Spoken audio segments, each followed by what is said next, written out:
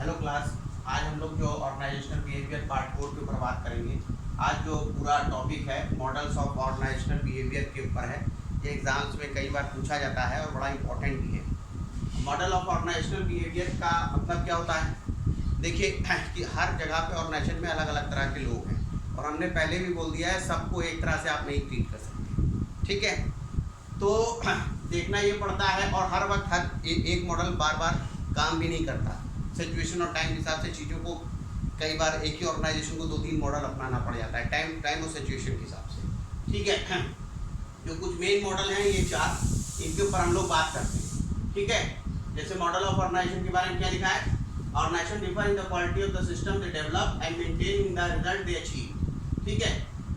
ये चारों में से जो भी मॉडल कोई भी ऑर्गेनाइजेशन अपनाएगा वो अलग उसका रिजल्ट भी सबका अलग अलग आएगा, जो मॉडल अपनाएगा उस हिसाब से। और these model constitute the belief system, मतलब वो बिलीफ सिस्टम है अपने एम्प्लॉइज के बारे में। आप अपने एम्प्लॉइज के बारे में क्या सोचते हैं वो उसको लेके चलना है। That dominates management thought and affect management action in each organisation. Management के थॉट को डोमिनेट करता है और उसके एक्शंस को वो अफेक्ट करता है। सबसे पहला है ऑटोक्रेटिक। ऑटोक्रेटिक का मतलब आप सिंपल सी बात है कि ऑटोक्रेसी है, हिटलर शाही है, ठीक है? हम ही अकेले जो है बस मैनेजमेंट होता है, बस हम जो बोले वही है। देखिए इसमें इसीलिए लिखा है it depend upon the power के ऊपर है। मैनेजमेंट के पास सबसे ज़्यादा पावर है, वो जो चाहेगी वो करेगी।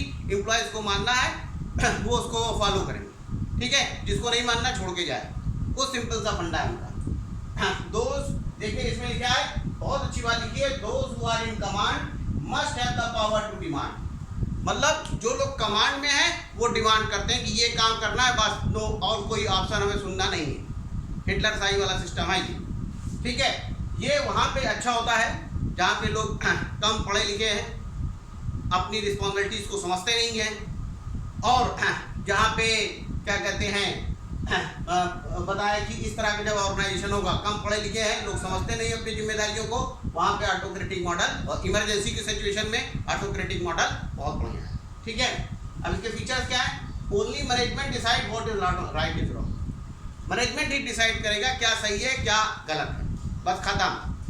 दूसरी बात, obedient orientation of employees. Employees have only to follow, employees को सिर्फ फॉलो करना पड़ेगा और ये काफ़ी इंपॉर्टेंट यूजफुल अप्रोच है, ठीक है? तो ये तो ऑटोक्रेटिक मॉडल हो गया। अब इसके लिमिटेशंस क्या होंगे, कमियां क्या होंगी, वो खुद आपके दिमाग में आ गई होगी, ठीक है? सोच के बताइएगा, कमेंट बॉक्स पे लिखिएगा। दूसरी चीज क्या है? Custodial model. कस्टोडियल मॉडल क्या है? मनी को लेके चलता है। वो कहते हैं ना, दाम करावे सगले काम, पैसा सबसे इंपॉर्टेंट है, हम पैसे से सबको खरीदे हैं, ये वाला सिस्टम लेके चलता है। To develop better employee relationship so that insecurity and frustration can be controlled। इस मॉडल में इनसिक्योरिटी फ्रस्ट्रेशन आ जाएगी, उसको कंट्रोल करने के लिए ये हो गया कि भाई पैसा दिए रह सकते। एम्प्लॉय डिपेंडेंस, और ये ऐसा सिस्टम बना देता है कि एम्प्लॉय पूरा का पूरा उसी के ऊपर डिपेंडेंट हो जाता है। एम्प्लॉय ये सोचने लगता है अगर ऑर्गेनाइजेशन बंद हो गया, ऑर्गेनाइजेशन कुछ हो गया तो मैं क्या करूँगा, मेरा तो जीवन ही खत्म हो जाएगा। तो ये एम्प्लॉय इसको इस कदर ऑर्गेनाइजेशन अपने ऊपर डिपेंडेंट कर लेता है। फिर दूसरा है एम्फेसिस रिवार्ड, जो अच्छा काम करेगा उसको रिवार्ड देगा, ठीक है? बताया ना, पैसे को लेकर चलने वाला मॉडल है। उसके बाद क्या है? Promote employee satisfaction. Employee satisfaction को लेके चलने वाला है कि एम्प्लॉय अगर सेटिस्फाइड होगा तो चीजें अच्छी होंगी, वरना चीजें गड़बड़, ठीक है? अब जो है सपोर्टिव मॉडल है।